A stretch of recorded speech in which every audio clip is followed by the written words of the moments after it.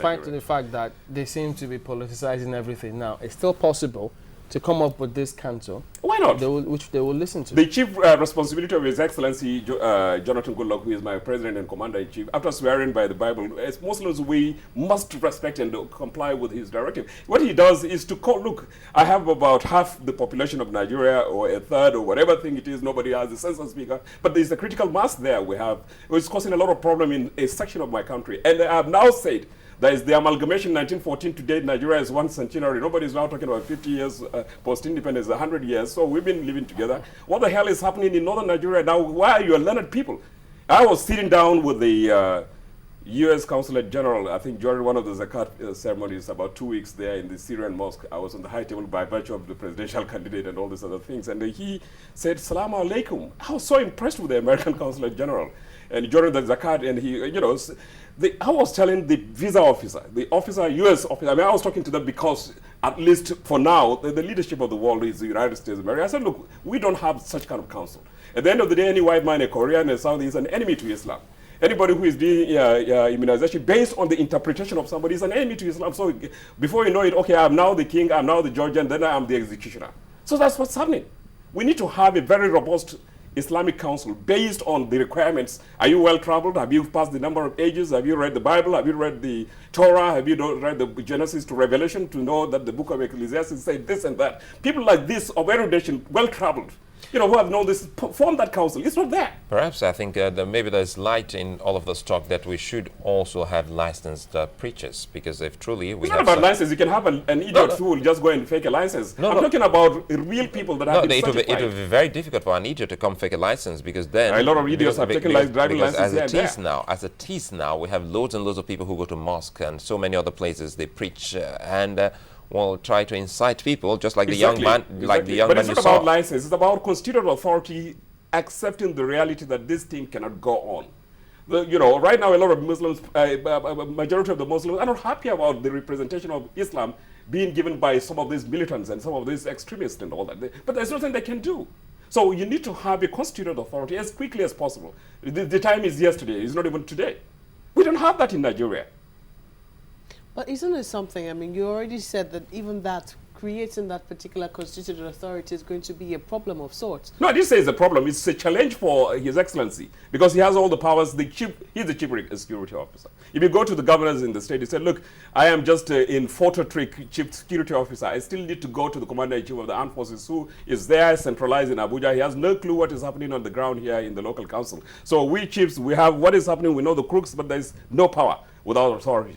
We can see, you've given us responsibility, there's no finance to back it, and we don't have the authority to impose it. So you're saying in very clear terms that there are people that can still be looked for who will stand as authority. Nigeria is a very sophisticated country. You have about, the level of erudition is very high, but you see they're just floating there in the air. But again, whatever happened to the more the merrier? If everyone would come out and speak the way Sheikh Ahmed Gumi has spoken against this terrorist. He can only speak. He's a moral switch, and he doesn't have authority. So that's just one. But again, if we have loads and loads of them, maybe traditional rulers, traditional institutions, he's not the only cleric in the north. If more clerics should join voices. Not only clerics, we know it's a council of leadership. People that have known that they've stayed with the Christian, they found out that this is the values they espouse.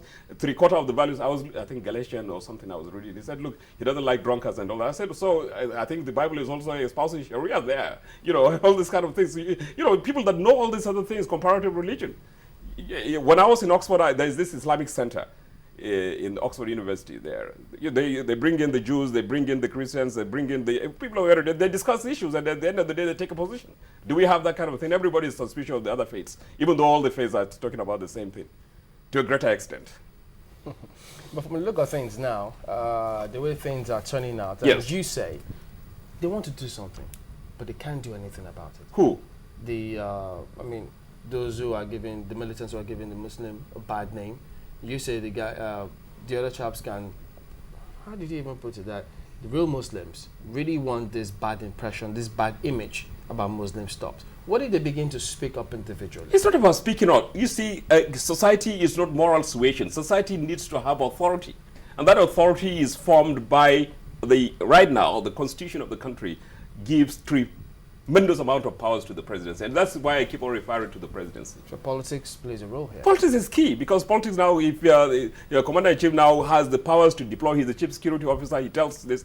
Now, it's not a battle of arms and ammunition. It's a battle of science, battle of mind, enforced by arms and ammunition at the end of the day. Now, anybody who does this, because this is now the position, goes to hell.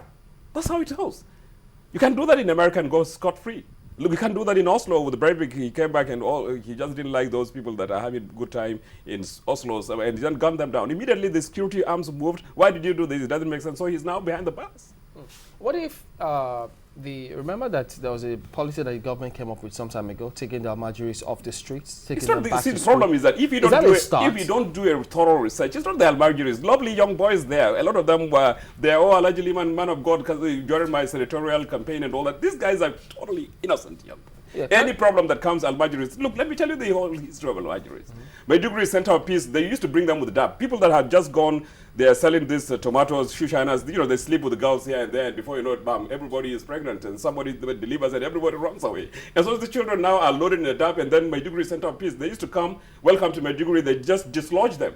And some very crook leaders, malams, they love these young boys. Because look, go out in the morning, they're all accommodated like rats in some kind of place called madrasa, and they come out with 500 naira, 500 naira, and it's 25,000 in a day. It's a big business going on there. And no government, nobody cares to investigate. The moment there's a problem, it's Almajiris that caused it. These Almajiris, I asked them, where the hell is your father? He said, well, somewhere in Zamfara State. What about you? Somewhere in Dikwa. And what the hell is that? I don't know my father and mother. And what are you doing? I'm supposed to bring, before 12 o'clock, this amount of fund to that malam. I go and see the malam. He's just putting these children like rats there. Nobody investigates this. And at the end of the day, they wake up. They have no clue, but they have now recited the Quran.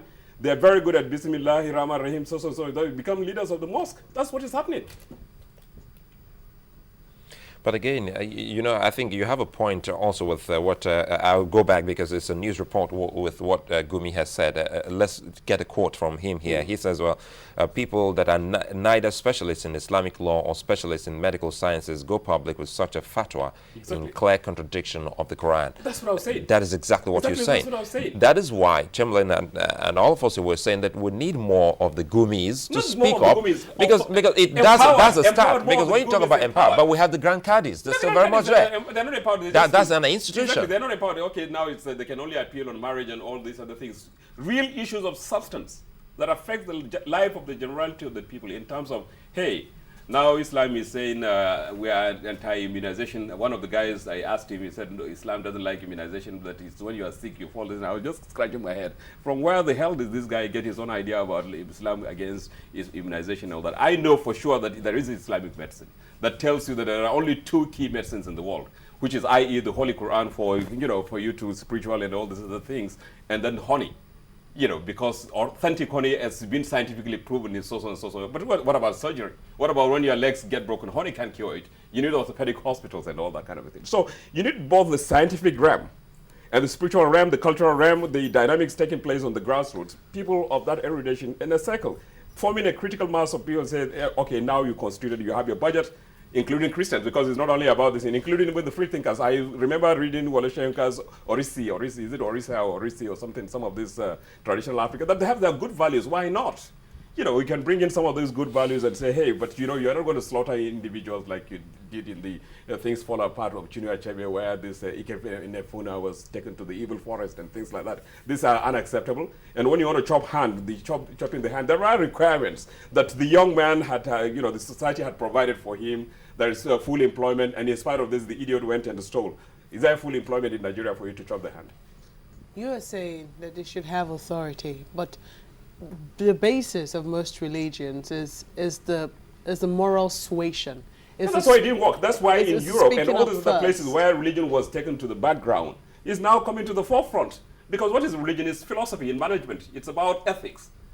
There's no other religion. You check the whole of the Christianity, the whole of the Bible. There's nowhere we say thou should kill. There's nowhere in Christianity, the whole of the Bible, where I tell you go and do corruption of the grand scam of the petroleum subsidy scheme.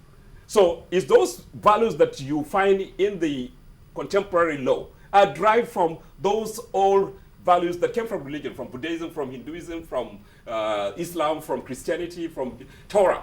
You know, so these are the current values, only that they just gloss them and give them some kind of modern things. But the antecedent, the history, is anchored somewhere deep in some kind of religious philosophies.